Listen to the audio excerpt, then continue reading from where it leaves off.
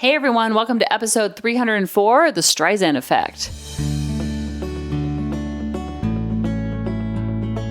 Welcome to the Harmony in the Home podcast. I'm your host, Kelly Hutchison. I'm a counselor, a life coach, and most importantly, an imperfect mom doing this work right along with you. And my goal on our podcast is to go from chaos to calm, feel less frazzled, and have more fun within your four walls to have more harmony in your home.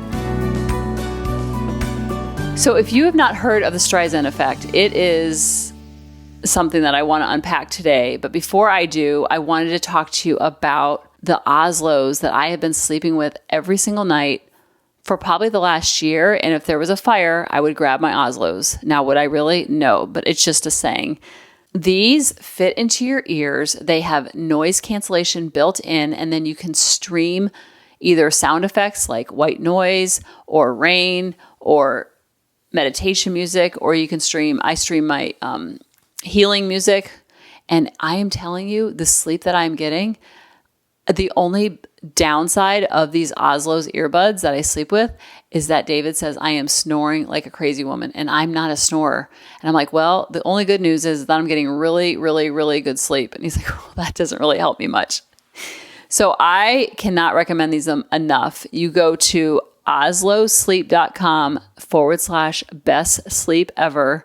And that is a way to support the show. They fit in your ears like a hearing aid, but a plastic hearing aid. Because someone said, well, a hearing aid, those are very hard and they're like very solid. And these have these like plastic tips that go into your ear. And then there's another part that goes into the upper part of your ear. It's kind of hard to explain, but once they're in, I almost feel like I'm Britney Spears on stage and I have like those earpieces in because they are literally smooth to the touch, and I'm a side sleeper, and you can lay on your side and get the best sleep ever because you won't hear a peep. Like I turn on my alarm from my phone and I wasn't able to hear it because that's how loud and how much they block out the sound. So they do have an alarm system built into the actual app, so it plays through the earbuds.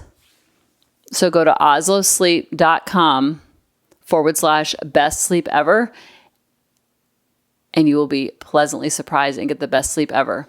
So I want to tell you what the Streisand Effect is. The Streisand Effect is something that happened, I think, in like the early 2000s, and this guy explains it pretty well. Do you know about the Streisand Effect? It all goes back to the 90s, when the California Coastal Project was created to document the state's 840-mile coastline. One photo in particular captured Barbara Streisand's home in Malibu. Streisand filed a $50 million lawsuit to get the photo removed, claiming it was an invasion of her privacy. But the team behind the project said they didn't target her home, which had only been viewed about 6 times on their website. She ended up losing the lawsuit, which drove nearly 500,000 people to view the photo. Years later, the Streisand Effect was coined to describe a situation when trying to censor a story leads it to go viral instead.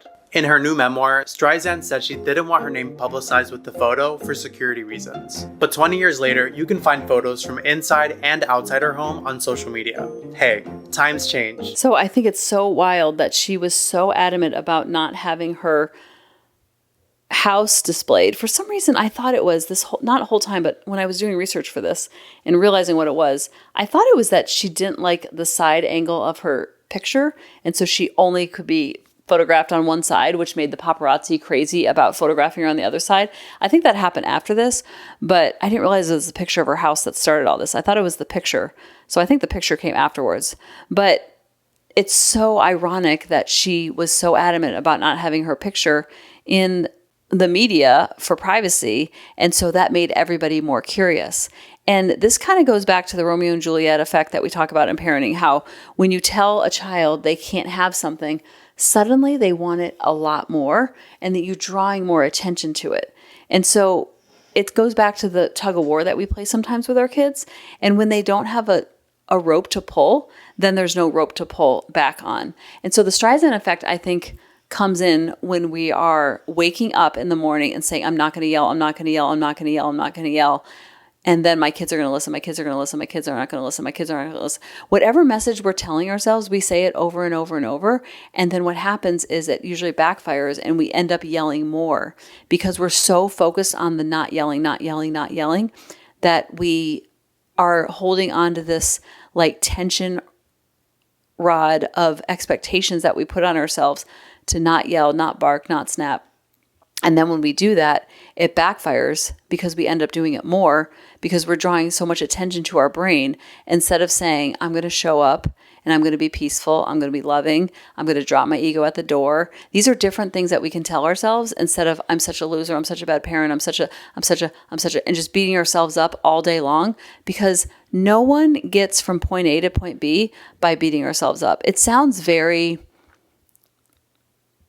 almost like Mother Teresa-ish to say, I'm so hard on myself. I'm so hard on myself. But no one does better by beating themselves up. No one, if you have a boss that is beating you up, so to speak, with their words or with their actions or their demands, usually that does not lead to a motivated worker. So the same thing works with our inner dialogue. The way we're talking to ourselves, about ourselves, to ourselves, is the same way we would expect a caregiver or a boss or someone that we love to speak to us. So when that is all trash and not nice, then usually we show up in a way that is not nice because of the way we're talking to ourselves. And so the Streisand effect, I think, comes in play here, because instead of always beating ourselves up, it's going to create more attention to the negative parts of ourselves.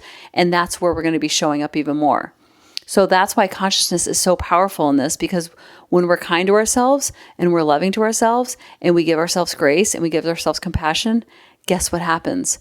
We project that onto our kids directly.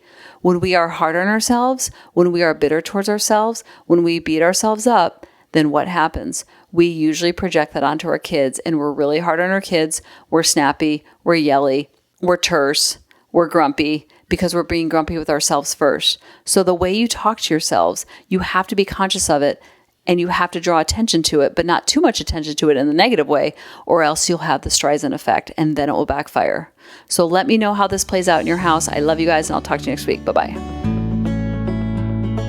Hey mamas, thanks for listening. If you had any ahas, clicks, or those lightning bolt moments while listening, you have to check out my free parenting bootcamp, where we take all of this to the next level and we try to create even more awakenings for ourselves so that we can connect more with our kids and never yell at them again. You can sign up at www.coachingkelly.com. And if you really want to fill up my love cup, send me an email of what your aha was, what your click was, what was that lightning bolt moment while you were listening.